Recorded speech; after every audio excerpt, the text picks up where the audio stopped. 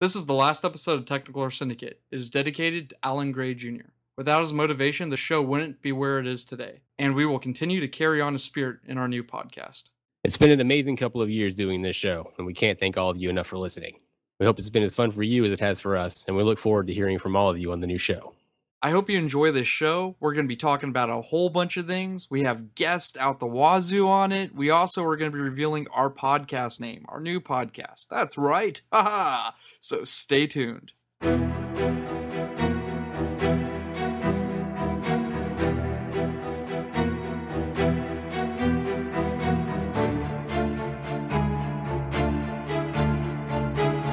Wait a minute. This is from the first season. Hold on. All right. Yeah, there.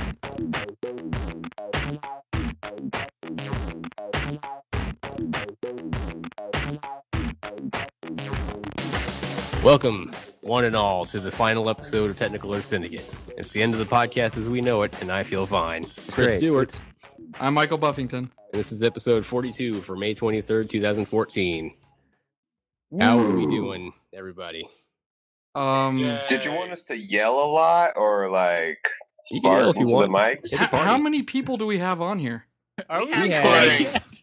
We have a total of 7 people. Everyone sound off. Make noise. Yeah. All right, all of our audience is now gone. Our listeners, they don't want to listen to this anymore at all. All right, so this is the final episode, guys. We got a lot of cool things we're talking about today, but first we're going to reveal the name of our new podcast that we were talking about in our last episode. And if you're not aware of what's going on right now, is we're putting this show up and we're doing another show. And we'll give you information later. But seriously, go to our last episode, listen to it, and we'll explain it all at the very end. So if you want to skip all the way through it, go ahead. But drum roll, anybody? Anybody? A drum roll? Yeah, maybe? Mouth drum roll? The name of our new podcast is Level 50 Podcast. Ding! Yep, that's the name of it. Level 50 Podcast. So, in a little bit, we'll be giving you information on our Technical Earth Syndicate site, Facebook, whatever, directing you to our new site, along with RSS feed, everything. We're probably going to be on Stitcher and, of course, iTunes, everything else. So, we will give you information in the next couple weeks, right, Chris? We should have our first episode out, and then we're going to be following that up with an E3 special. Maybe we might have some of these people on that episode. We'll see. Better. But let's go ahead and list off who's actually on this cast right now. We've got the fantastic, magnificent bastards and lady bastard from First World Podcast. Whoa. There's more than one lady bastard on our podcast. Thank you very much. That's you, Heath. It's totally a lady bastard. We're kind of all lady bastards. Hey, so if you guys are level 50 and we're only the first world, does that mean you're 50 better than us? Are you talking about levels as in like, are you level 50 like in a game that has 100 levels, or level 50 in like World of Warcraft where the level cap's like 99? Or a board game or something. Yeah. Yes to all. Yes. So you're 50 better than us. You are correct, Dan. We're also joined by a close friend of the show, Derek Skinner. Yay! He's been he's here too. He's been on a few episodes before. Derek, what is your status right now? What are you? Oh, I know we were gonna have to talk about this. I am now a proud member of the Broken Bone Club. Oh, okay. Yay! Derek broke his thumb, and he is now on pain meds, correct? Yes, the good stuff. All right, so real quick, I don't know what happened with that, but I really like to think that he did one of those, hey, who's got blah, blah, blah, and blah, blah, blah. This guy, and he thumbed too hard and broke his thumbs. That's surprisingly less stupid than the truth. So we're just going to go with that one. It's too bad. Man. I had this whole fantasy involving ninjas and awesome beards. And rap. Ninja rap. Lots of ninja rap. Maybe that little extra that happened before the show might appear at the end of the show. Maybe. Unfortunately, nothing in my life is as cool as what you just described, so no. All right, Chris, what are we talking about today? Oh, we're talking about all kinds of stuff. Nuh-uh. Yeah, kind of. I think so. We got a special double impact edition of Topic Attack. Double impact. It's almost like double barrel shotgun. Or double crap. Hey, that's trademarked, bro. Yeah, this is more like a 7-shot 6-shooter right here. Yeah, there we go. Yeah, we can go with that too. Either way, but we're gonna have 2 topics, 15 minutes each from both podcasts, or longer, maybe, depending on how long everyone wants to talk. Yes, and then what do you got for Alan's Tech Corner, Mike? We're gonna be doing our favorite technology, real or fictional. We're gonna be talking about that, each one of us. So I hope you guys are ready for that. Maybe. Oh yeah, I think it's gonna be a show. Sure, why not? Absolutely. Why not? All right, up next is Topic Attack, so stay tuned. Commencing Operation Topic Attack. So, the topic of choice from First World Podcast is podcasts. And we're going to be talking about what podcasts are, basically, why people do them, that sort of thing. So let's get right into it. So, I don't know what a podcast is, just saying. I think it's when you use pea pods, for fishing as bait. Cast a pod. I'm gonna shut up now. That makes sense to me. That's how they choose actors for alien movies. My mind's blown right now, Chris. You've just reinvented podcasting somehow. I just. Does anybody else wonder if the name podcasting is ever going to change? The iPod's pretty much dead. I mean, ever going to change, or like fucking 50 years from now, are we still going to be calling it a podcast? I kind of hope so. It's interesting. it's interesting you say that, Dan, because I saw an article today on Facebook that was reposted talking about how Apple's actually going to discontinue the iPod completely in the next very, very near future. And I think it'll probably be like Kleenex. It's just what they call a radio show that's done on the internet, that is cycled through the internet and recorded by amateurs for the most part. Speak for yourself. I'm a professional. Hey, yeah. I'm a professional amateur. Executive. I have no professional anything here. So, okay. Hey, show of hands. How many of us are using professional microphones right now? Hey, look at that. Just we raise can't your see hand. anybody's hand. Raise your hand. I'm Use half your raising my imaginations. hand because I was. Professionals, people. Okay, so let's talk podcasting. All of us here are, for one reason or another, a podcast. Let's start at the top with Mike. Mike, why did you get into podcasting, and what was the drive behind it? Well, Alan and I, Alan that passed away, for all our listeners that don't know that, you should know it, damn it.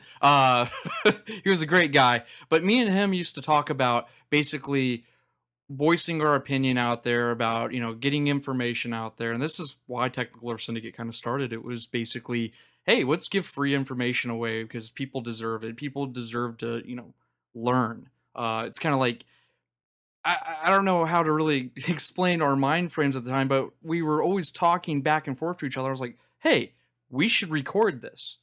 Let's look into this and, maybe post it on YouTube. And we thought of that for a while. And I was like, why don't we do an audio broadcast? And then podcasting popped in my brain because I invented it. Yes. No. Basically, I was like, wait, let's do a podcast. And that's where it really, took part, and Chris became a part of that too, because we talked. It was like, hey, we love to express each other's ideas and talk about them or whatever.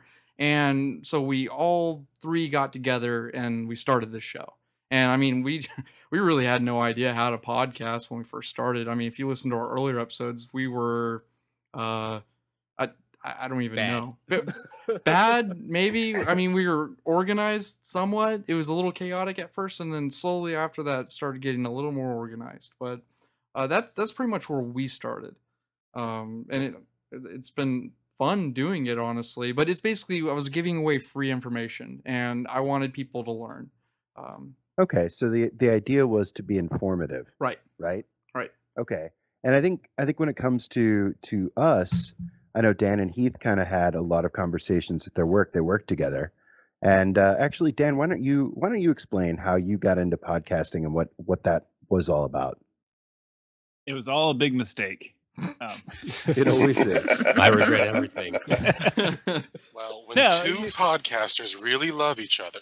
It's funny. It's funny because Mike sounds so altruistic and like nice, and he's like, we wanted to spread knowledge and stuff. With me and Heath, it was just, hey man, we talk about video games a lot.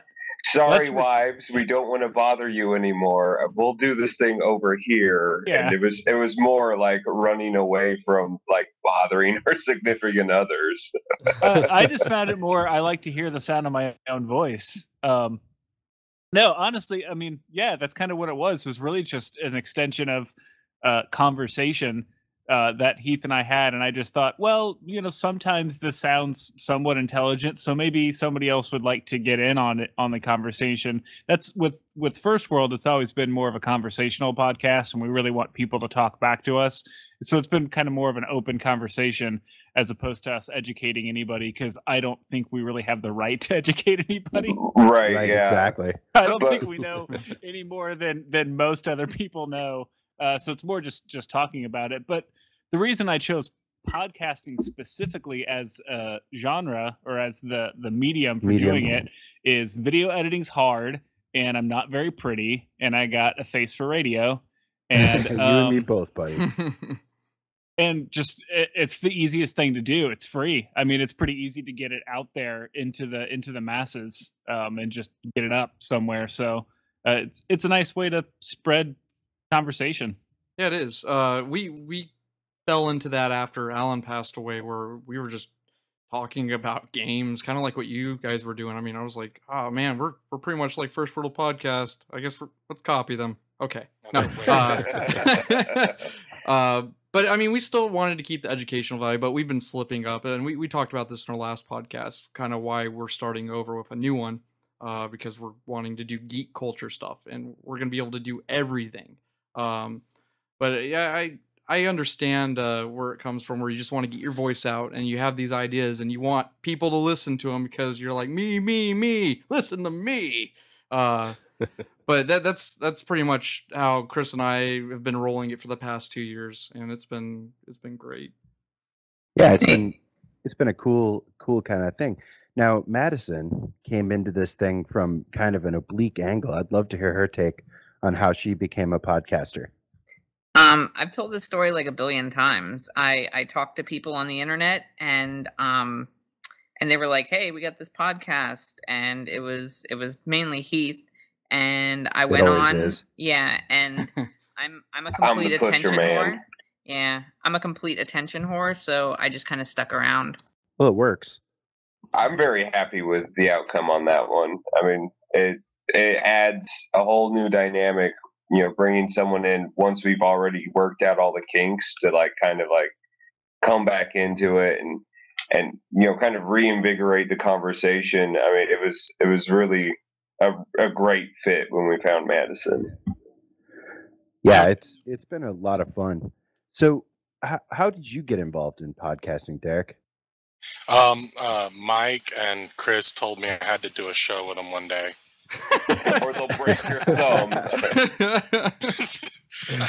I really wish there was something more in depth and insightful or altruistic, like you said. But no, it really was just like Mike's like, dude, I need somebody to fill some time for me on one of the shows, and that was about it. That's how I started. And we had you on for and he was dead last, like barely even on the sheet of paper. So yeah. Well, we had Derek on our YouTube playing video games with us, and yeah, that too. And that's where he really kind of started out. I mean, we've been slowly getting Derek into this forcefully, but hey, it worked. And this is what the third show I've been on, I think. Yeah, And you're going to be on many more episodes with Level 50 podcast because you're actually going to be a big part of that, actually. So yeah, so if you like the sound of my sexy voice, get used to it because I'm going to be hanging around a lot more. Mm-hmm. Awesome. So okay, we've kind of established how all of us got into this whole thing, and I'm assuming that Heath and Chris are cool with Mike and Dan's descriptions, right? Are we cool there? Yeah. I mean, just change the names to like Heath and Chris, and it's the same thing. I mean, we actually started it. Yeah, exactly. So, all right, Heath, then you can start editing it every week. Oh! Here we go. Okay, so here's the deal with podcasts. Podcasts are a free medium for entertainment and information that is available to us via the internet anytime that we want to find it.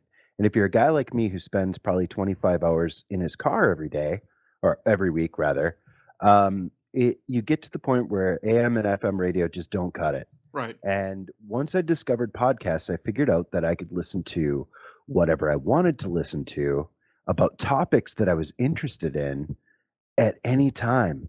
And unlike radio, if I was listening to something I was interested in and I had an appointment at 1 o'clock, I could just pause it and come back to it. So for me, it's a mobile radio station that plays only what I want to hear, and it's talk radio. It's a wonderful thing.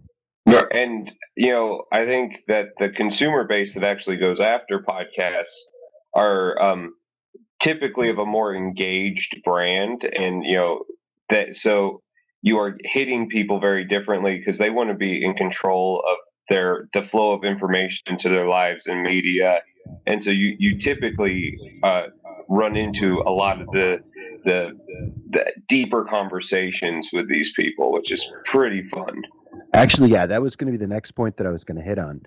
See, with podcasts, since the market for it, for the most part, is a lot smaller than broadcast radio, the people who consume it feel like they're actually kind of a little bit part of the action. And the people who are creating often desire that accessibility that allows them to have a free-flowing information. And a lot of times, the consumer base will drive what the podcasts can be about, and it's an interactive format that way, and that's really what makes it a wonderful thing. I think. Totally agree. Not only that, but podcasting's kind of like the next evolution of like pirate radio. You've got people that don't need licenses that get on there and they say what they're feeling, say what they're thinking. Fuck the police. Government. Shit. No, seriously, there's not another place I could go where I could cuss nearly as much as I cuss on our show. Right. Except for the schoolyard.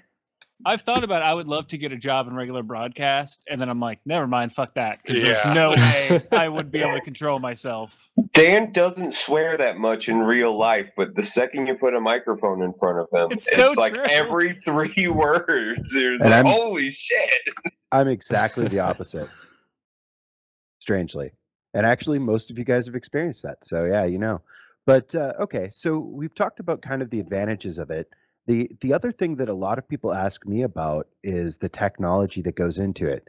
Now, today's episode is not going to be indicative of the kinds of high-tech wizardry that we normally have. Right. But if you go back and listen to the TES podcast from the days of yore, like 3 weeks ago and beyond, you'll find that the quality of the microphones that are used is actually pretty good. And the audio editing and the splicing and all of those things are pretty reasonable. Now, if you go to the First World podcast, we use nothing but top-notch equipment and condenser mics, and we sit in a soundproof room with okay, no, we sit in my office with SM58s, and we just get it done. But the important part here is that a potential podcaster doesn't need much. Audacity is a free audio editing program that you could download from the internet today. And it's available for multiple formats, and it's actually really good quality. Yeah, so Mike, what do you use? Haha, this is funny. I have a Mac, and I just use GarageBand because sure. That's all. It was meant for podcasting, actually. So If you go and read any podcasting how-to website or books or anything like that, they'll tell you if you have a PC, use Audacity, it's free. If you have a Mac, use GarageBand, it's free. Except the new GarageBand sucks because they took out podcasting. So there you go. Really? What? Yep. You can still download the totally old. true. You can still download the old application, but yeah, it's out of the new one. I knew the old GarageBand was just perfectly built, and Audacity. Like I've tried multiple other things on our show, and I've always just gone back to Audacity because it's free and it's the best thing. Right. So you really don't need. I mean, we started this First World podcast. We started with this mic I'm talking on right now, which is a $99 USB mic, and Audacity. Yeah, and that's it.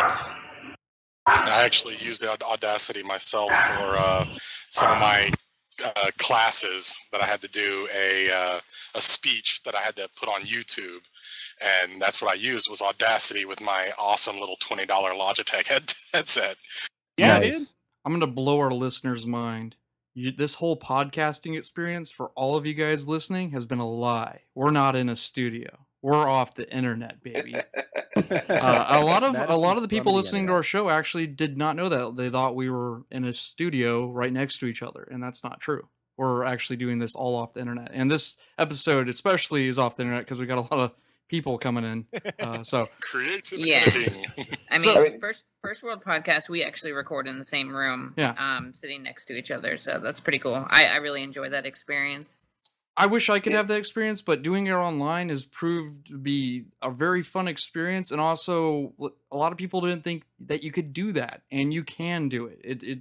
It works. You know, a lot of people think that you can only do that in front of YouTube or a video recorder of the Google Hangouts or something like that. You can do it all on the internet through chat clients. We use Skype most of the time, and eventually I made Chris record his own self, and I just had him send me the file. Now syncing I the was track, using Audacity for that too, by the way. syncing the tracks up sucked, but I got it done. It just took a lot of effort. So You should have done that with this one and synced up all 7 of us. oh good god, Holy fuck moly. that. The episode would never come out. This episode would come out next year.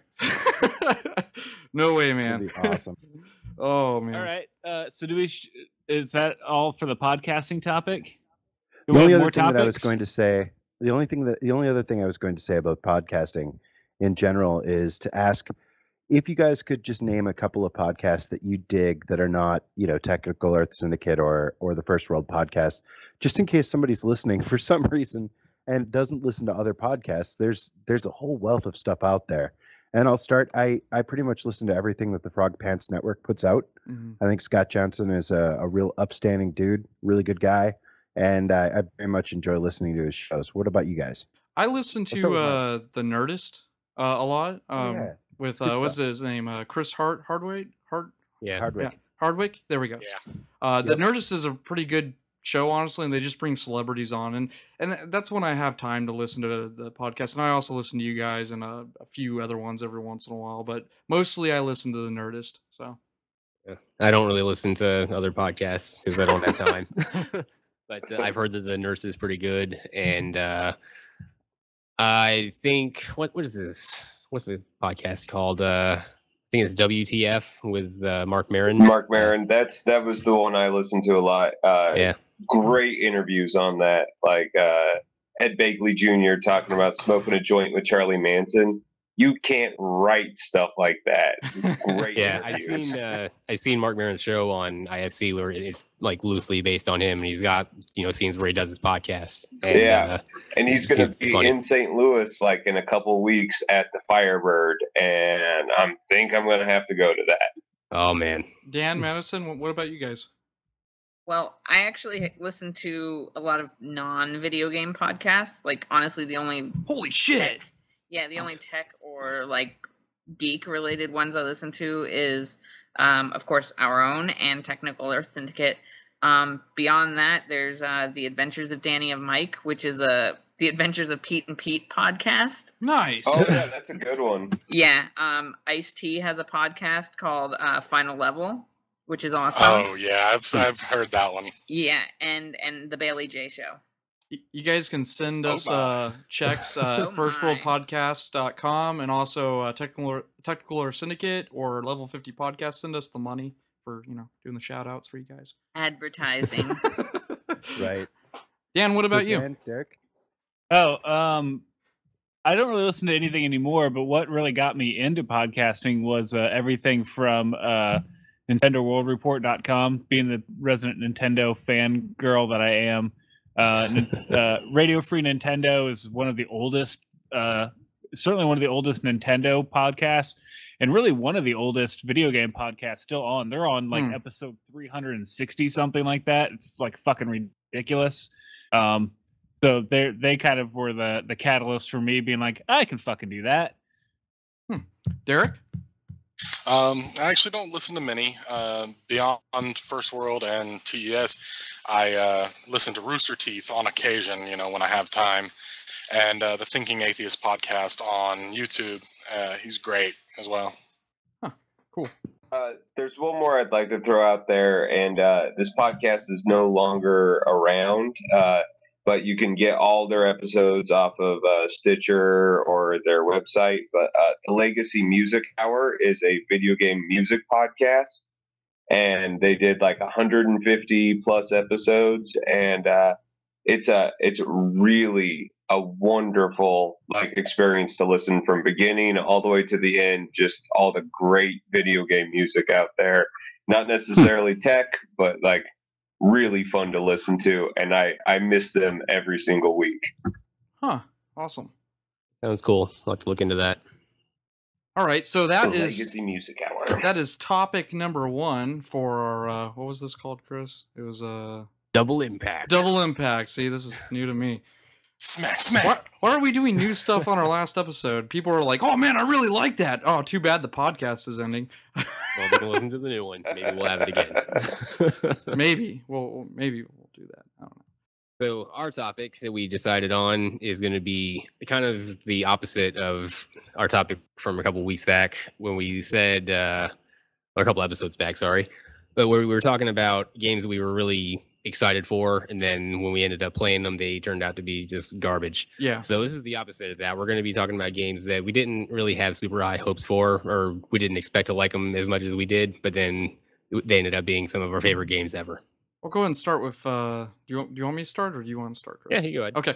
A game that came up recently, or it came out last year, and I bought it this past Christmas for I think $5 on the PSN store. But God of War Ascension with the multiplayer edition, which the multiplayer was trash, but I didn't think it was going to be a good game because the God of War 3 ended everything, and this was a prequel or something, or in between Game 1 and 2. Man, game over. But I really enjoyed Ascension. It was actually a really good storyline, and I mean repetitive gameplay, but it gave me that, oh man, God of War is still cool. I don't know if you guys like God of War, but I thought it was a pretty fun The game. dude is just so angry all the time. That's what I like. Angry.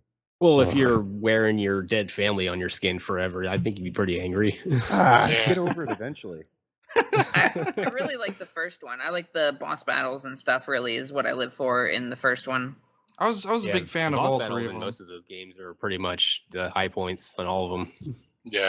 Yeah, but I wasn't sure about it, and I was just like, man, they're just doing this for money, and they did, but they were also putting multiplayer, and that's what really made me not want to pick it up.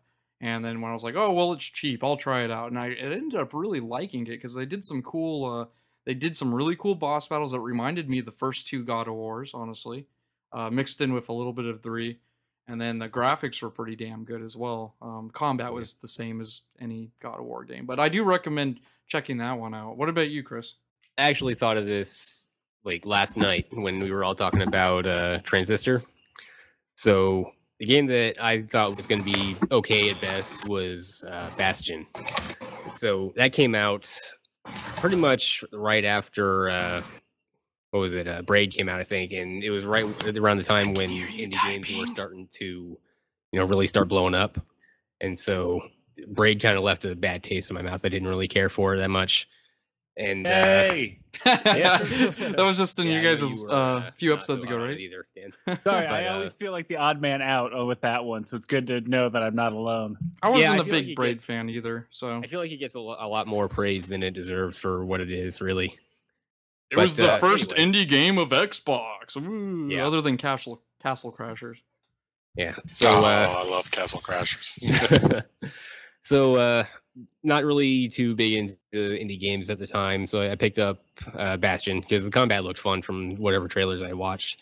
And by the time I had finished the game, it ended up being one of my favorites of all time. You know, Dude, period, Bastion exclamation is- point. Oh man, what an experience! Yeah. And Oh, right. just the narration alone is worth Oh, the yeah. price of admission. So if you have, Oh no. Who did we lose? looks like Mad's gone. Maddie, yeah. Oh, Oh. well, should be back. Should we wait? Or... Continue. But yeah, Bastion was just freaking fantastic with the narration, and I really liked how the stages would kind of like materialize into place as you were going. You know? I thought it Yeah, was really- just totally magical the way that the levels unfolded. Like, what a cool experience! Yeah, and just the music all around and the story, like, oh man, just the what was it? I think it was during the credits. The song that was playing in that is like one of my top favorite songs in any game. Totally, I get it. Yeah, awesome stuff. Yeah, it was a great game. Madison, since you just disconnected, would you like to go? Sure, why not? The game that probably surprised me the most, which I thought I would really dislike because I disliked several of the installments prior to this game, was the new Devil May Cry. Okay. I got that on PlayStation Plus and started playing it in between the sexy Dante and the awesome fights and the Combi Christ soundtrack. I blasted right through it and I absolutely loved every minute of it. Cool. I actually I picked that one up too. I haven't gotten around to playing it yet, but I did like most of the other games. I didn't care for 2, and 4 was kind of mediocre, but I loved 1 and 3. 2 was the worst. I was kind of Yeah, opposite on that. Ask Derek. He was on the team speak with me when I was ranting about Devil May Cry because I really don't like Devil May Cry to begin with. Honestly, that's just me. But I started playing this one. And I just really didn't care for it as much. I like the combat, I guess. Well, I didn't like the old character of Dante. I thought he was really cliche and just kind of just lame overall. But the new, like, kind of edgier. You liked him kind because he of was sexy, huh? Yes. She did. Yes, I did. Head. I talked about it a lot on the podcast. You're like, ooh, Dante, you're so young. Yep. Well, there we go. Derek. What? Are you in this discussion? Oh, okay. Well, I guess I could. Let's see. Games that I thought I wouldn't necessarily say that I thought I would hate the game, but I didn't really think that I would like it as much as I ended up liking it, is Hearthstone. And, Dude, I know I can. Chris along with me on this one. I'm with you on It that one. just- Yeah, and Mike too. I mean, it just like I've never really been too into computer-based TCGs. I played some TCGs, you know, like actual physical ones, and I thought they were all right, but I've never really enjoyed them too much, mostly because they cost so damn much. But Hearthstone, I like right out of the gate, I started playing it, and I loved it so much. The first thing I bought on that was a 7-pack, you know. And I just bought one last weekend. That's what I did So- too. So here's the deal with that game. It comes out in beta, and I'm totally ignoring it. Totally ignoring it. Same here. Magically, I eventually end up in the beta, and I'm like, holy shit, this is the coolest thing ever. And I've never run into a game that is so unilaterally loved by people who don't expect to like it at all, ever. This is the only game that I can think of that it's ever had that much unilateral success. It's crazy. Yeah, it's making me pretty excited for the Heroes of the Storm to go open beta because I cannot stand the MOBA games, the League of Legends and all that shit. But I'm reading a lot that people who hate MOBA games really love Heroes of the Storm. So I won't believe it. Nope. I'm not gonna play it. But I'm going to end up playing it. That segues me perfectly into my next one, which was Dota 2. I could not stand League of Legends. I played it for a little bit, and I tried to like it. I really, really, truly tried to like it. And despite liking a couple of the characters in it, I couldn't like the game too much. But then I played Dota 2, and I don't know what it was, what the difference is, but I really enjoy it way more than League of Legends or any other MOBA I've ever played, including the original Dota. I know Heresy and Burn Me at the Stake later, but it is. It's actually really enjoyable. Way to break the rules and get two. Bitch, I got another one I can throw. No, you're not allowed. You got to give other people, Game Dev Tycoon. Okay. Who we on? Let's go with Dan right there. Yeah. Am I a cowboy? Or are you a cowboy? I'm a cowboy now. I'm a fucking cowboy. Yeehaw. I thought we were just turning this into the Sling Blade podcast. Mashed potatoes. French fried potatoes. Mine's pretty easy, mainly just because of the level, how much I really liked this game. It's just from last year, but BioShock Infinite, I talked on our show before. I didn't like BioShock, first one. I just kind of found it kind of boring and blah. I don't like first-person shooters. Right. So when BioShock Infinite came out, I was like, yeah, whatever, I'll borrow it.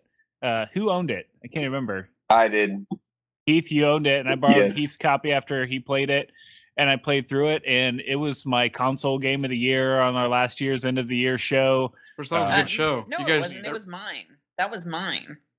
We all came to the conclusion that BioShock was the shit, though. So no, not my game of the year, which is Pokemon, which of course, but my console game of the year. Whatever. I really liked it. It wasn't just like I thought BioShock Infinite was pretty good. Oh yeah, that was better than expected. It was like, holy shit, that was amazing, considering how much I really didn't like the original BioShock and never played 2. So that was a pretty big turnaround for me. And honestly, that would be my second choice too, because I really was not a huge fan of first-person shooters prior to that, and I've just been like totally gung-ho because of BioShock Infinite.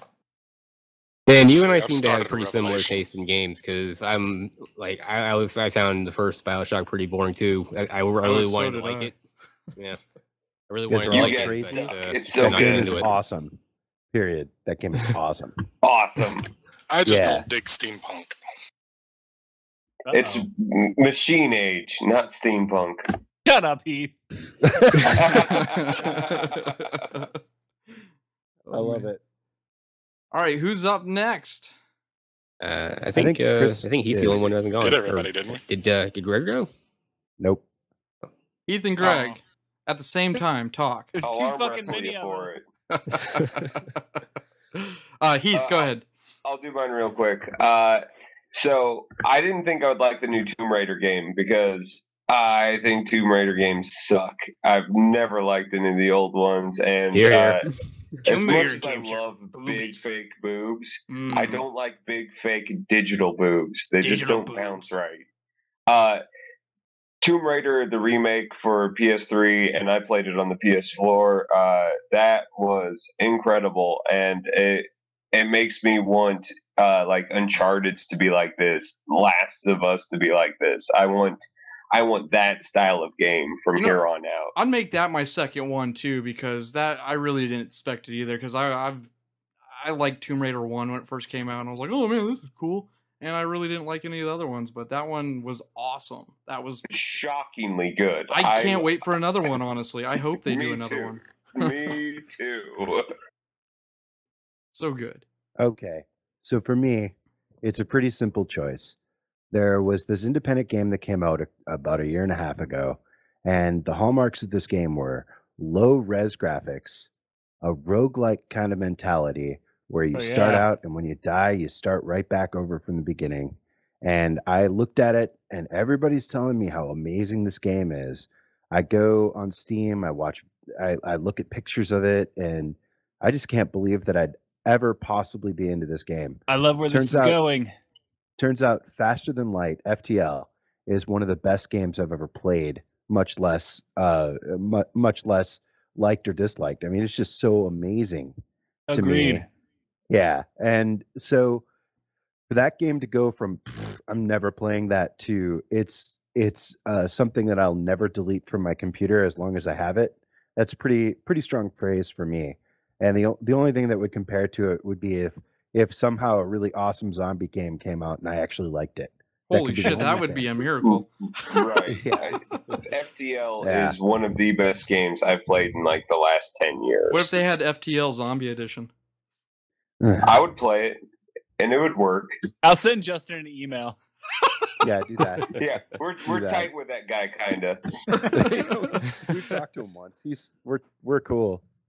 Oh, all right. Who disappeared? Somebody died. Oh, Heath did. There he is.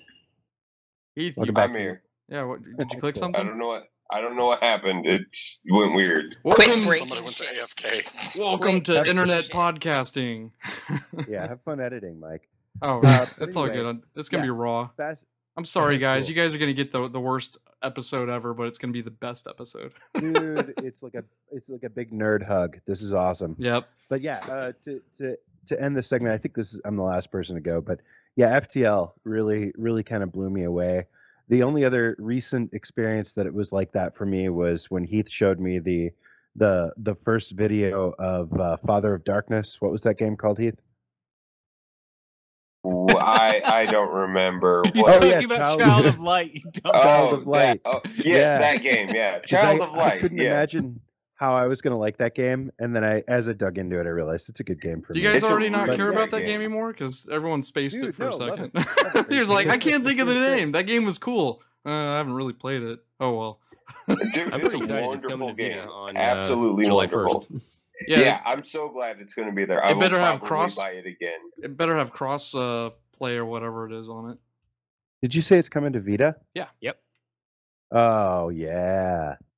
Oh yeah, girl. Oh yeah. Everybody's excited now. I'll probably play it because it's on Vita, because I like my Vita more than, I don't know, with RPGs. It's awesome. Dude, I play my Vita a lot. Have I talked about Persona 4 recently? Chris, have I talked about it? Persona 4? It's still in a box. What's Persona 4? Persona 4 is awesome. It's about it's this game about these high schoolers. Oh wait, we talked about it. All right, so that kind of wraps up Topic Attack Special Edition, Double Impact, whatever. Smack. When's Jean-Claude Van Damme coming? Yeah, it sounds like a Steven Seagal movie. I think it might have been, actually. Just as an aside, are any of you guys interested in the Leftovers TV series that's getting ready to come on? Sorry, is it food? Yeah, it's from the creators of, I know, okay, this is going to really inspire you, Friday Night Lights and Lost. Might be into that. Cool, I like Lost. Leftovers is an item in Pokemon that refills some of their HP after every turn. It's also it's in my my fridge too. I have leftovers. I have leftover burgers and meatloaf. Yep. I have leftover pizza in my car. I need to go get it. Oh. Car pizza is the best. It's still Day out there. 2 of the car pizza. I'll probably eat it for breakfast tomorrow morning on my way to work my my car. Next up on Alan's Tech Corner, we got our fictional technology and also real technology. What's our favorite? Stay tuned.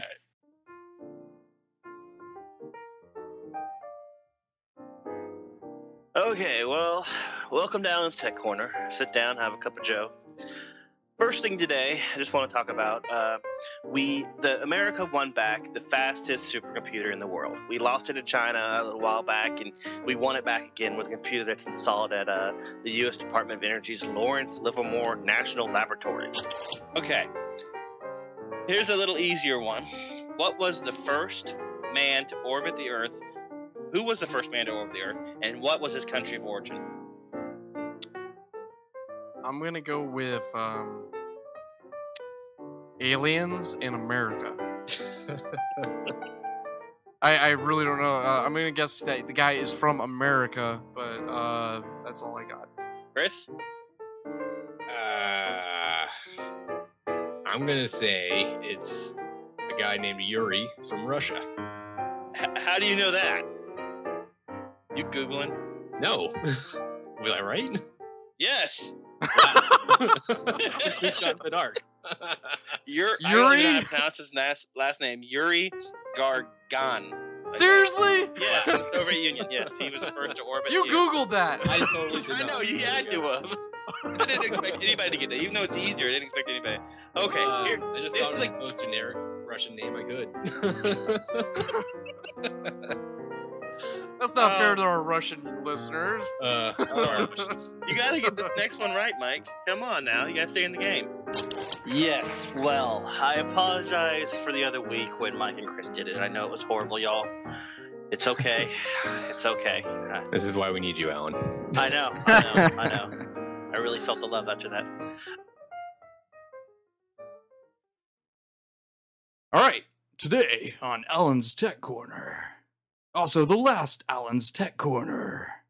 The best Alan's Tech Corner. What's your guys' favorite piece of technology?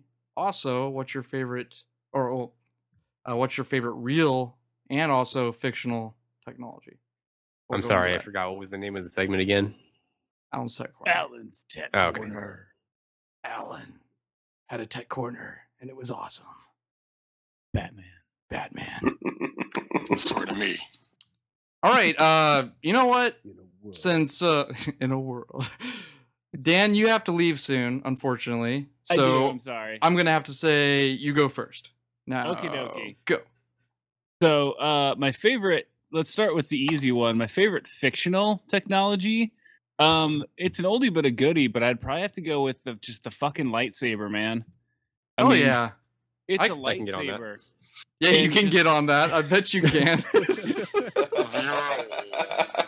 There's a great episode of How I Met Your Mother where at the end he's talking about how they're going to have that technology in 3 to 5 years, and he'll be using a lightsaber to cut the Christmas or the Thanksgiving turkey.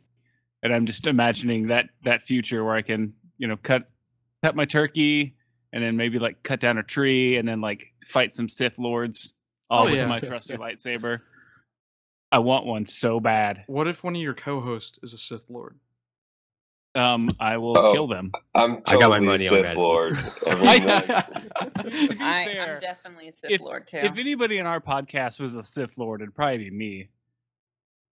I'm kind of a dick. Have you met me? Come on. Mike, you want to handle this one for me? Derek is a pretty princess, and he is the nicest person in the world. Yeah, and Mike Lord. is a habitual liar. So, okay. So am I also supposed to do my favorite pice of real technology? Yeah, real technology as well. That's way too broad, but I'll say probably one of the ones I use the most on a daily basis, which just totally nerds me out, is I fought kicking and screaming going into ebooks. I was like one of the last people. I love fucking bookstores, but when I eventually got my Kindle and I like just realized the world of electronic books, I'm a huge reader. I love reading. I always have. And it's just so amazing to have so much fucking amazing choice at your fingertips for so little price and so fast. I read so many more books now, and I read constantly at work. And I just don't know what I wouldn't read nearly as much as I would like to if that technology hadn't existed. So even more than like a lot of these guys as musicians are really into, downloading music and streaming music and stuff. But man, books for me, having all those books and comic books at my fingertips so fast is just fucking amazing. Totally. I've embraced the digital era of book reading, and a lot of people went in, like you said, kicking and screaming because they want a physical book. But you know what? It's not realistic anymore. It really isn't. No, it's not. And just to, I just started reading this cool series about superheroes because it popped up on my Kindle when I turned it on. It was like, you should check out this. And I'm like, $2. Okay. And I've read the first 3 fucking books in like a week and I only spent like $4. And I'm like, this is amazing. Like this just, I don't know how I read before this shit. So Yeah, I can definitely get behind that for comics, because a couple years back when we went to Orlando for our big trip, I loaded my iPad when I still had it with all of the Walking Dead comics and pretty much read the entire thing on the way there. Yeah, it's really awesome to be able to walk around with your entire library on you at any one time. I mean, yeah. Okay, Greg, why don't you go? Or Mike, actually, I got a jet. Oh, well, thank you for being on the show. Well, more importantly, fuck that. I'm not important. More importantly to you guys, thank you guys for being such big helps with our show and always being good fans.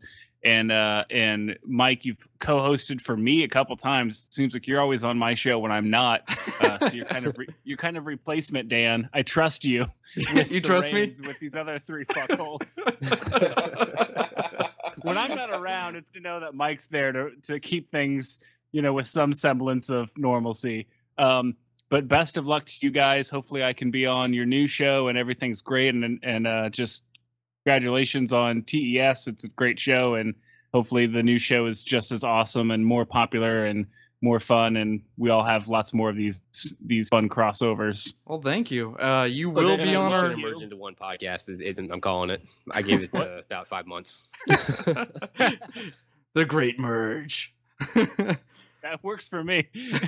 All right, guys. Well, Dan, thank you for being on, and yeah, of course, we'll have you on Level 50 podcast sometime soon. We'll have you on an episode. Take care. Nice talking to you guys. Bye, Dan. See you later. See ya. And now that he's gone, we can talk about him. Man, that got Let's take off all our clothes because everybody gets naked once Dan leaves. That is true. That is I was supposed to wait. I totally heard that, you jerks. I don't really know how to turn off TeamSpeak. All right, bye again. Hit the X. Later, fuckers. That was good. All right. See you, Dan. Oh. Greg's late. Greg's late in the game. Awkward. All right, now he's really gone. All right, Slowpoke. Greg, you're up. Okay. Favorite piece of fantasy tech that hasn't appeared just yet. I want my goddamn Veritech. Give me one now. Explain. You want to elaborate on what that is? Holy shit! Did I just generation gap the whole room? You did. Veritech? Wow. Man, you even dare it? That's impressive. None of you assholes watch Robotech. Seriously. Oh, man. I haven't watched Robotech since it was coming on TV in the 80s, man. Yeah, a bit. That's Macross for the people in the know. Yes, Macross. There you go. Well, specifically, I want a Southern Cross tank. I think those were the coolest. I really want one of those because I'm kind of afraid of heights. I don't like getting up in the air too much. So a convertible tank that turns into a giant robot that fights Destra or Bioroids, I'm into that. What are you going to do with it? I mean, you're going to kill people, destroy cities, fight Godzilla? He's going to do whatever the hell he wants with it. It's a goddamn tank that turns into a robot. He's going to survive the zombie apocalypse with it. That's what the fuck he's going to do. Yes. Dude, you know me so well. That's exactly it. Because if those asshole zombies are anywhere near me, I need something like this. Kirkman, do you hear me? Create my world. But no, I've always liked mechs. I like mech games. So essentially what I'm saying is I'd like a mech. Okay. Just some giant robot with maybe some guns, maybe no guns. Just the ability to walk around and be a giant robot is cool enough, really. Greg, have you heard of Mech Warrior Online? I think it's kind of a little known thing. You might enjoy it. No, tell me about it. You might like it, dude. So as far as realistic tech, I'd love to go with the low ball answer and just say the internet, because I think that the internet has changed everything for me. And without it, I am only 1/16 the person that I actually am. But that seems like such a cheap answer. I'm gonna go with the viability of real software synthesizers. It has changed the way that I make music. I no longer have to huck around these big 40 and 50-pound synthesizers with analog circuitry in them and all that stuff. And it's completely viable. It sounds good. And I could do it all from my laptop and a controller. and I have access to not the dozen sounds that I had on my old Rolands, not the hundreds of sounds that I had in the mid-level, like Korgs and all of that stuff, but I have thousands and thousands and thousands of sounds all at my fingertips anytime I want it. All I have to do is have the gumption to sit down and let my brain do the work and create something awesome. And that technology that exists now is my favorite technology. Awesome. Dude, totally. The VSTs are amazing right now. Yep, I 100% agree. So good. Oh, I was just going to say that one final thing is that they keep getting better. And 15 years ago, I couldn't do what I'm doing now. 10 years ago, it would have been difficult. Yep. 5 years ago, I could do a lot of the same stuff that I'm doing, but it wouldn't be as easy and it wouldn't sound as good. Now, I'm at a level where I'm completely confident that I don't need hardware synths at all. But are you level 50? That's intense. That is an intense statement right there. I'm an intense dude, Heath. You know me. I also just watched LA clobber Chicago 5-2, so I'm feeling the intensity. Oh, get some. Get some. Protein. All right, Heath, you're up next. So I really just want transporters, like teleporters, any of that stuff. I want to be able to be in one place 1 second and in a totally different place the next second. I think that is the technology that I'd use the best because it would free up the most time in my life where I wouldn't have to be thinking about going to another place. Just think about how convenient podcasting would be if I could just teleport over to Mike Buffington's house and we could all sit around a table. You know, it would be awesome. It would be so awesome. Better. Yeah, or even better. Think about dating.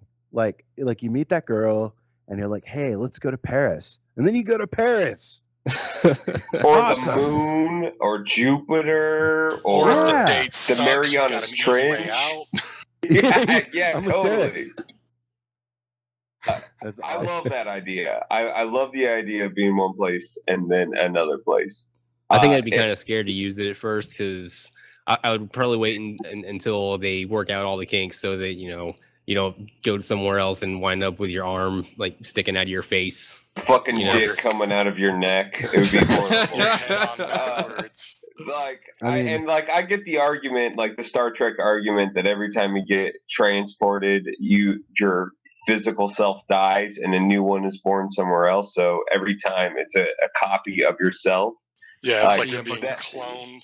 Right. That's intense, and I get that. But also, who gives a shit if all the good parts go on? Whatever. That's all. It's all sci-fi. We can make it happen. Right. Exactly. As far as like real technology, besides like writing music on Game Boys, I am all about YouTube. I think YouTube is the visual college. I have learned so much from YouTube, and I don't know where I would be without it. Whenever I come up against a brick wall anywhere, I can hop on YouTube and there's someone else who's made a video explaining how to get over my problem or navigate it or help me learn something new. I feel like a smarter person, even though 90% of my time is watching cat videos and people like getting hit in the dick. And big boob chicks playing acoustic guitar. And I love that shit. That's gold. But I love being able to learn how to take apart a Commodore 64 and rewire it so I can use it as a synthesizer. How to fix Nintendos and Dreamcasts, and all that stuff is really, really amazing, and I learned it all because of YouTube. All the practical stuff aside, anytime I have an interest in something and I'm not sure exactly what it is, how it works, what it looks like, how people use it, all of that stuff is on YouTube. In a world when YouTube shuts down, what would Heath and Greg do? I'd kill myself. Just like give up. I don't know. Luckily, there's a YouTube video on how to do that. Right. Anytime I'm in a suit, I pull up how to tie a tie on YouTube. So That's my use for it. All right. Nice. Derek. I just buy clip-ons. Lazy. You're up next, buddy. Okay, for me, as far as my favorite fictional technology, I was gonna go with the holodeck from Star Trek because I mean that's really a good answer. Oh yeah, totally. Thinking of it again, I've got to say bionics, like complete bionic retrofitting, and like I mean just dude, I want wide reflexes right now. Yeah, like I'm thinking, like cyberpunk style stuff, shadow run. Damn it, man! You took that my level answer. of bionic. Oh, I'm sorry. I'm so sorry. But I mean, yeah, it's great stuff. When you read like sci-fi and stuff, like you got these neural implants, enhancing reflexes, all this stuff, and it's just so awesome, and it seems realistic. It's not far off from the truth 20 years from now, though, honestly. And that brings me to the next point. My favorite real technology, bionics. Oh, real quick. Oh, yeah. Nice. Look at you being clever. I'm so damn clever. Go ahead. I was just going to say, who needs a holodeck when you've got better than life chips? You know what I mean? That shit is real awesome. Yeah, and like I said, it does exist today, and it's wonderful how far we've already come with complete corneal transplants, complete bionic eyes at this point, bionic ears for people who are born deaf. I mean, Yeah, the cochlear implants and stuff like that are incredible. If you go back and listen to all our podcasts, throughout all of them, we've mentioned biotics completely on Alan's Tech Corner, like all the time. I mean, it's like every few episodes we have some new information. And because this is when Chris said this, like one of the first episodes that I listened to. My body is ready for the singularity, and that's when I like really fell in love with you guys because I was like, these are my people right here. They get it. As soon as prosthetic limbs and all that gets to the point of like Shadowrun and Deus Ex, I'm going full cyborg. I'm replacing everything. Unfortunately, my wife said she would divorce me if I decided to do that. So I guess I'm going to be a lonely guy. Lonely cyborg. We can be cyborg. You want to be gay cyborgs? By the way, this is the name of my new band, The Lonely Cyborg. Nice. Oh man. All right, Madison, why don't you give us what you got? Sure. Yeah. So that didn't sound dirty at all. No, it didn't. Hi, I'm Creepy Mike. But yeah, so my fictitious technology is that wave motion gun that they're always on spaceships that destroys entire fleets. I just want one of those. Like that would be EMP kind of gun, or it just destroys everything. I think she's talking about like the main gun on the SDF-1. Okay. Yeah. Okay, gotcha. That's what I would take. Mile wide beam. Yeah. Yeah, exactly. That's what I would take Greg's mech out with, right there. Yeah. You're damn right you would. Would you have this on your arm? No, I'd have it on my own spaceship, and I'd have a little one on my arm. But the main one would be on the spaceship. So that would be like my tech that I would love to have and control because I'm really evil, and I would take advantage of it.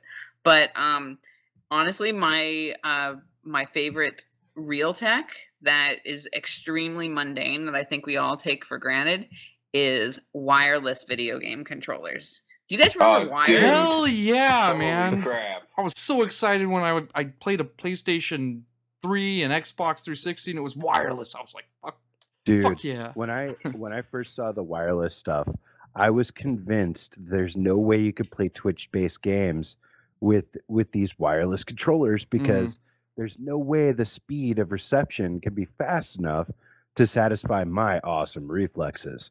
And right? for a while, that was true. No, my reflexes aren't awesome, actually. Well, but yeah.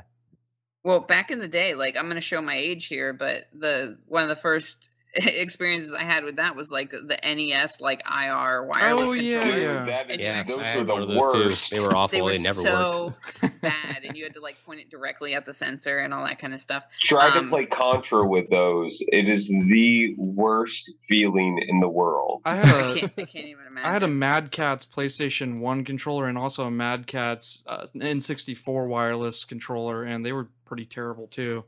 But yeah. So that's my real technology that I think is amazing. Yeah, you think you're showing your age. Mine was an Atari. Well, there you go.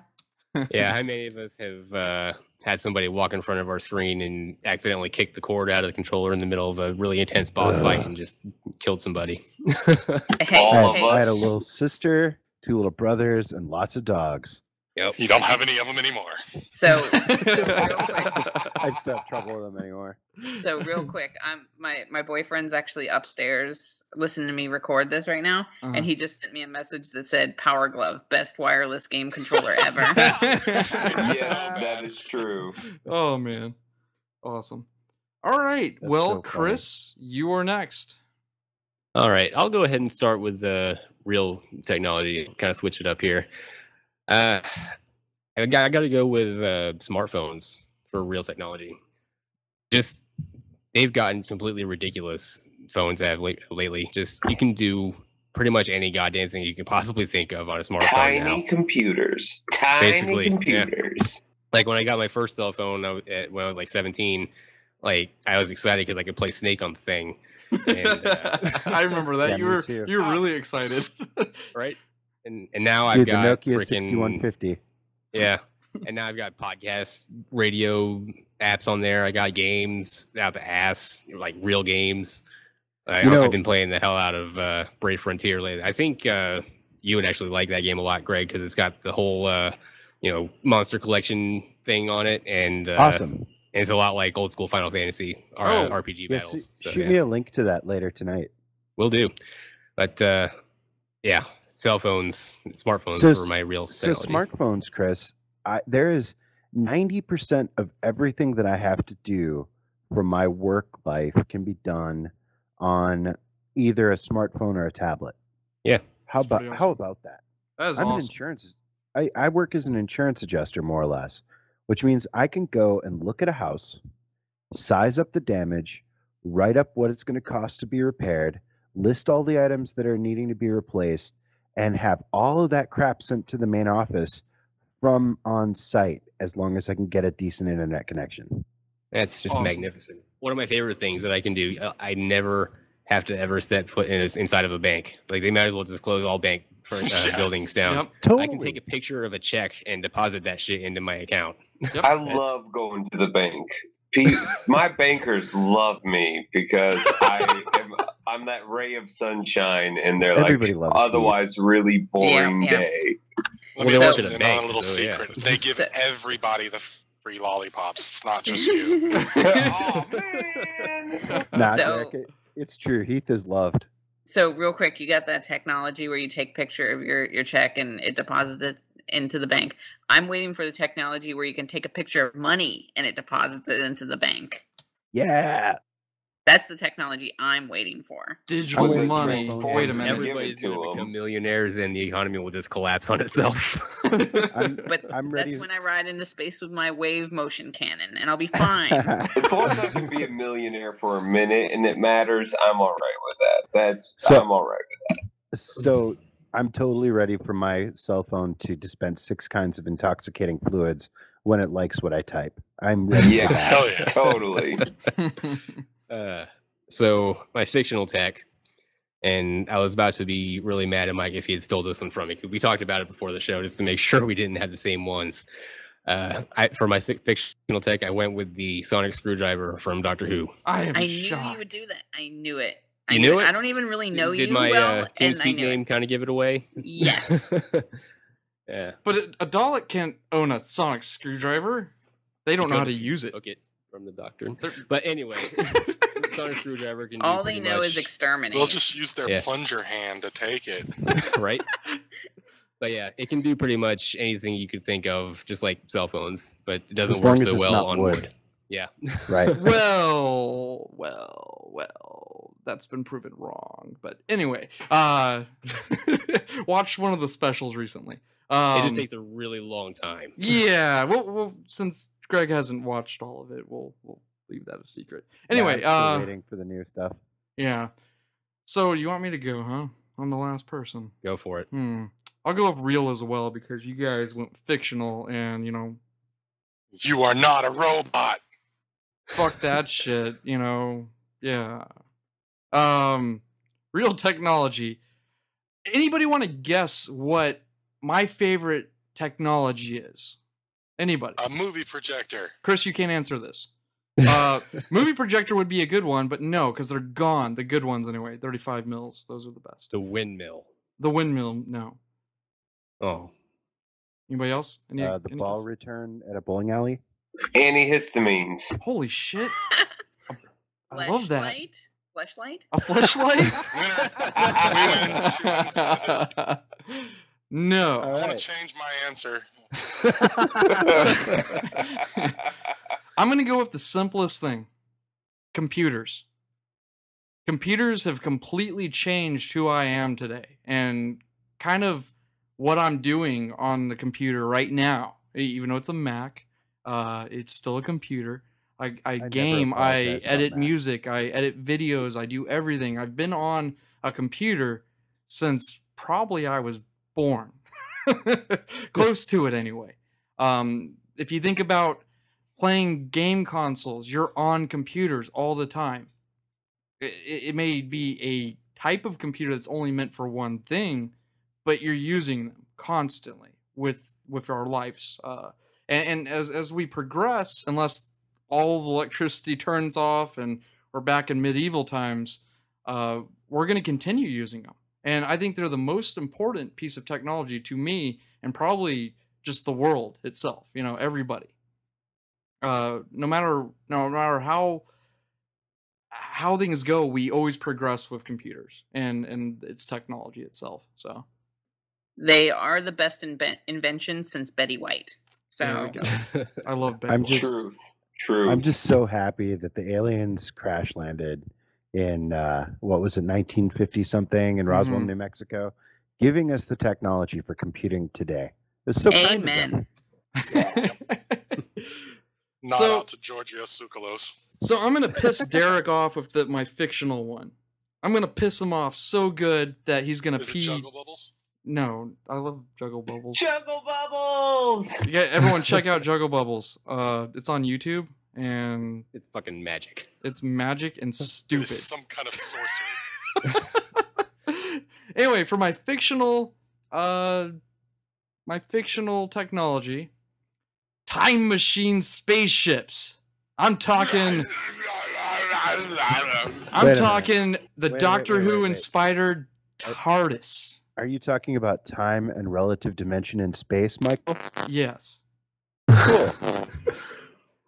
So I know Derek hates time travel and everything, but one of my favorite shows, and it's not a big surprise. I mean, if you go on Steam, my name's the Doctor, among other things, and it is Doctor Who. But I really like the idea of a time machine spaceship combo. I really like that idea. As stupid as it sounds, and Derek, it's dumb and everyone hates it. That's my favorite tech, and I would be flying around, going crazy, and hopping in and out of galaxies and different times, and yeah, I'm like a mixed bag when it comes to sci-fi time travel tropes. Like I enjoy the Back to the Future thing. I'm okay with it. I like the Terminator version. The Star Trek time travel gets a little bit weird. Yeah. The strange thing about Doctor Who is that it actually has a kind of weird internal logic that works itself out right as it goes. Yeah. And it, at least it polices itself, whereas a lot of things that are sci-fi time travel based make very, very little sense at all. And are full of plot holes. Oh God, yeah. I mean, if it's just for entertainment's sake, like the Terminator, you can't have that movie franchise without it. And I don't think anybody here would disagree that the Terminator franchise is pretty badass at its core. But if you look at I don't know, there was that Michael Crichton book that involved time travel, and I caught Sphere, that movie recently. The best one, Sphere. No, I'm talking the about only the time Michael travel Crichton one. book to read. That was about time travel. Like I No. blocked out the movie because it had jellyfish in it, and I just went into a coma because I'm terrified. Awful movie. Awful movie. Great book. Great book. Yeah, but no, I could at least back you up with the TARDIS thing, because at least there's kind of an internal fuzzy logic that makes it work. Space and time have been crumbled by the use of it too, so it's a dangerous tool, and I would probably destroy everybody. I'm sorry, but I want it. You all remember the show Sliders, right? Can we all just take a moment real quick to appreciate the phrase fuzzy logic? Can we just take a moment to appreciate that one? No. It's pretty great. Sure. It's pretty great. Well, that kind of wraps it up for Dalton's Tech Corner. That was a really fun discussion, actually. Anything else we want to add? No, maybe. Juggle Bubbles. Juggle Bubbles. Check it out. What was the theme song? Sing it. Sing it for me, Derek. Juggle Bubbles. Juggle Bubbles. I have no idea. All I know is I saw that video and I was absolutely amazed. It just made me so glad that I didn't have kids, because they'd be asking me for that stuff. And then I felt really bad for Mike and Chris, because if their kids see that YouTube video, they're going to want Juggle Bubbles. I didn't show my kid at all. Kids, here is a hole in the backyard. I'm sorry you're going to have to live there, because it's Juggle Bubbles. It's a horrible idea. Yeah, I mean, Juggle Bubbles leads down that dark path, and eventually they're just interested in juggalos. That's it. Yeah, totally. Oh man, you ruined it for me completely now. All right, we're done. It's a gateway drug. Did anybody else think the high point of the Juggle Bubbles commercial was when the one kid was doing the Hadoken with the bubble? Right? Yeah, I noticed that one myself. I was like, oh my god. That's awesome. That's awesome. Because we all know we would all try to throw a Kamehameha wave with a... Totally. Hell yeah. Totally do it. I do it at least once a week, hoping that'll actually happen. Now, I think I'm getting there. I try to focus more on the eye lasers, usually while I'm driving and someone does something stupid. I just try and reenact scenes from Scanners while I'm driving, so nice. blow up people's heads. All right, guys. Well, next up is the end of the show, so I'm sorry. It's my favorite part. We have to... What? Now I'm sad. All right, guys, this is the end of the show as we know it, as Chris said in the intro, correct? Maybe? Yep. It's the end forever. It's the end, but we're going to as we know it. I am disappointed.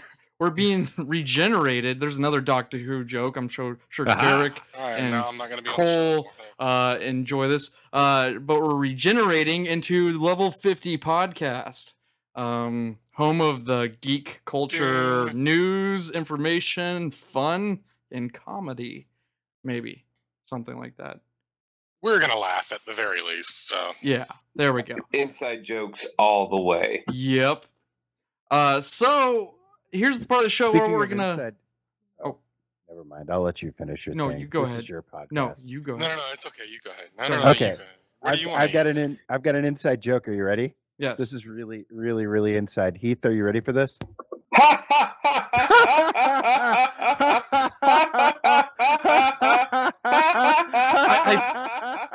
I've heard this before. Oh god. Okay. I've heard this before. It's that game with the guy named Titus.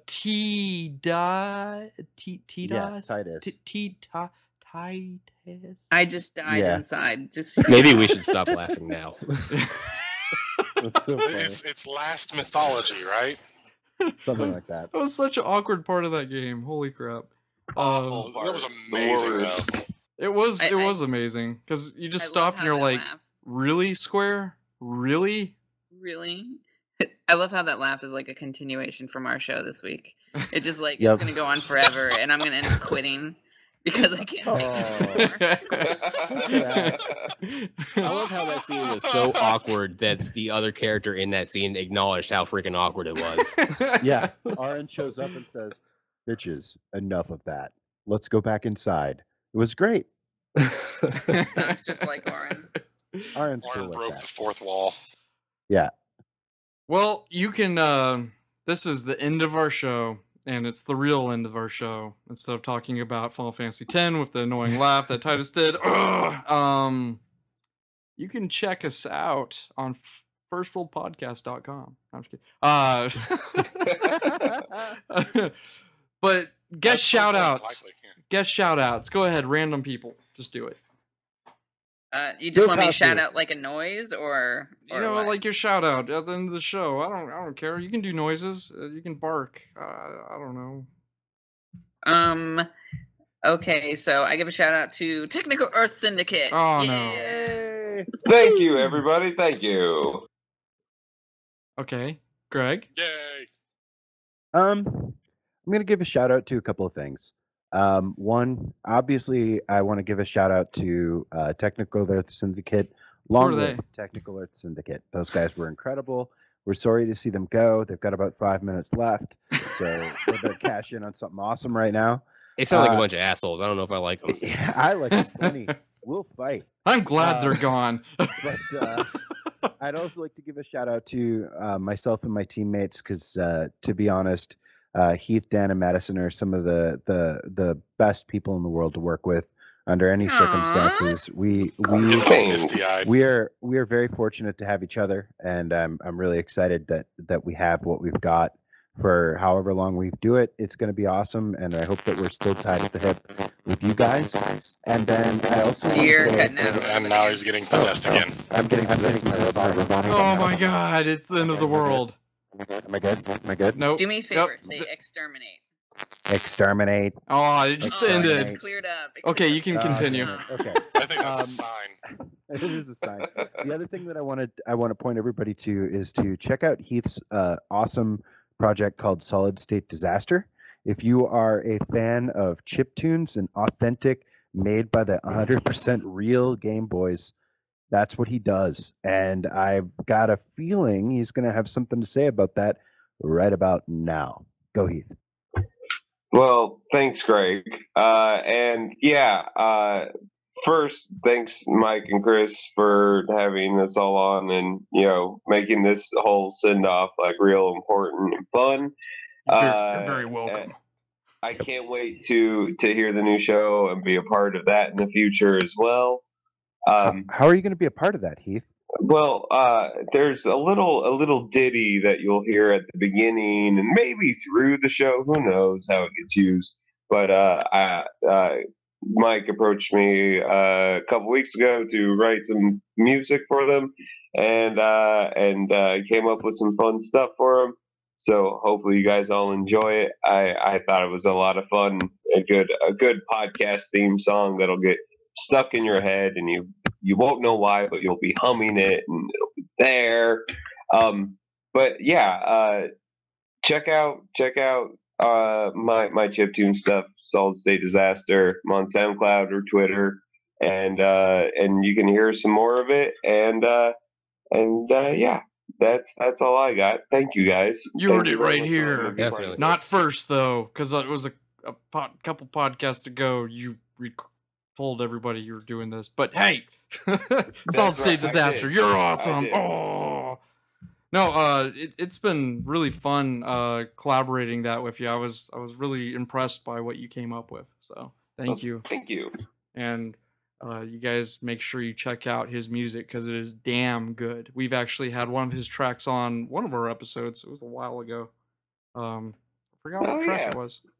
That was really cool. We were trying to do something new, and we ended up not doing anything with it. But hey, you got. I was glad I was the one, though. Yeah, you were the one. You made me feel special. So, my shout outs are First World Podcast. I wouldn't be anything without you guys. Honestly, it kept me motivated after Alan's death when I found Heath on Miiverse, and I was like, "Hey, you're a podcaster. What's up, dude? Let's be friends. Hey, your show's cool." And you know what? You guys have really inspired me to just keep on pushing on with the show, and it's been really hard. That's awesome. But knowing you guys were, I slowly started, and I talked with Heath the most. I talked to Greg a little bit after. I talked to Madison when she finally came in, and then Dan, of course. But it's been really fun going back and forth with you guys with the show, and I hope to do that with Level 50 podcast as well. So, and we'll have you guys on for. Get rid of us, man. Yeah, we can't get rid of us. We're the herpes of the podcast world. Once you tap us, we will never go away. Nope. Derek, that is our new tagline right there. Derek, do you have any crazy shout outs you want to do? Derek? Well, Derek, you got any or not really. Besides just thanks you guys First World Podcast for, helping out with this and helping Mike and Chris get started and helping, or not started, but keep it going and stuff like that. And to Mike and Chris for having such a great show as well. If anything, we clogged up the works today, but we had a lot of fun. But at least it's the last episode. It's good to have a little bit of padding, kind of delay the inevitable. Yep. There you go. My final shout out for the day, honestly, is to Derek's badass beard. That dude has got what's going on, man. Like, I saw him on Facebook before I ever talked to him, and I'm like, I got to know this dude. He's cool. So there you go. And how disappointed were you after? No, man, you're awesome. I'm disappointed that we didn't talk about D&D Next today. I was ready to talk about we were advantage and disadvantage dice and stuff like that. I was into it. So yeah, I have one more shout out. Do it. So to the guy with two, who's the guy with two broken thumbs? That guy. Yeah. It's only one. Quit stealing my thunder, okay? Hey, Derek, real quick, break your other thumb, Madison okay? Says you have two broken thumbs. You have two broken thumbs. All right. Either fine. Come here, that, or you're gonna have broken knees, okay? Right. Oh shit! Damn. Dude, she's from South She's Florida. not man. lying. She's not lying. That wouldn't be much of a difference from what I've already got. Chris, why don't you go ahead? I got plans for the last shout out, but go ahead.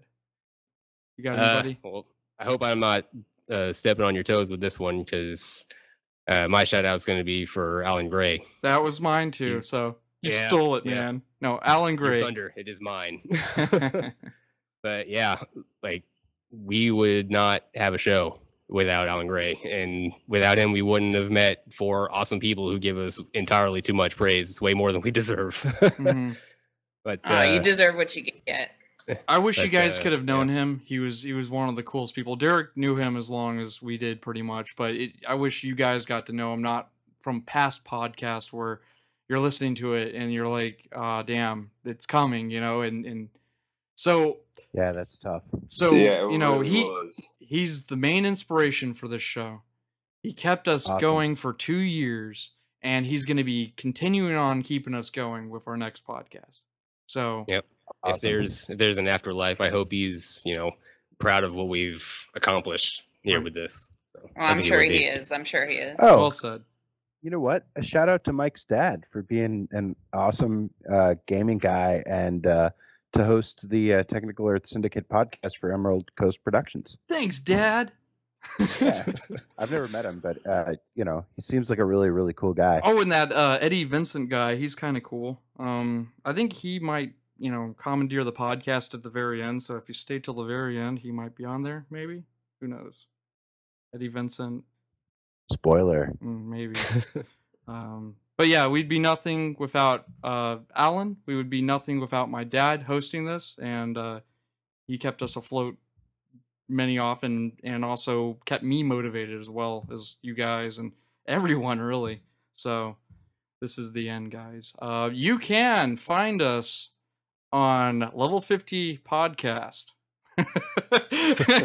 But you can also view all previous episodes on EmeraldCoastProductions.com. We're still going to keep our Technical Earth Syndicate Facebook. I might just keep it around for shits and giggles with technology pieces that I might post on there randomly. Who knows? But we are going to be having a Level 50 Podcast Facebook. We're going to have a YouTube. And we're going to be doing a lot of YouTube stuff. Everything is going to be on iTunes, Stitcher Radio, so be on the lookout. And I will inform you guys when we're all set to go when Level 50 Podcast is on their first episode. So don't you worry. But thank you all for being a part of this. Even you listeners. You have my gratitude. You really do. But Chris and I think it's so awesome that whoever's listening to this right now, you've stuck it through 42 episodes of us talking about bullshit, you know. And you know, if you're here from the beginning when Alan was around, damn, that's great. Thank you, Derek, for being one of those fans. So, but this is it. Thank you all so much. This is Technical Earth Syndicate signing off for the last time. Hey everybody, this is Josh. You might remember me from that one episode a while back. Anyway, I wanted to say thanks for listening to Technical Earth Syndicate all this time, and I hope that you keep your ear open, because I hear that there's some new things in the works. Hey, this is Chris from Curious Panda Games. I just want to say thanks for letting me on in the past to talk about rhythm destruction in the game industry, and I really look forward to tuning in to check out what you guys do next. Thanks. Hey, it's Ryan Schaefer here. Just wanted to say thank you for listening to TES. The guys put out a great show, so hope you're all excited as I am to see what comes next. Goodbye, Technical Earth Syndicate. We're definitely sad to see you go. It's been a great run. Love, Amy and little Connor. Farewell days, podcast.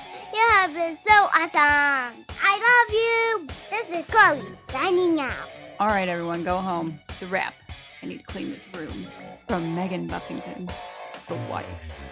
Well, Technical Earth Syndicate, thanks for the good times, and I guess we'll see you on the flip side in Level 50 Podcast studio, right? Oh, it's still right here. Oh, well, I brought you guys some beer, but since we're in the same studio,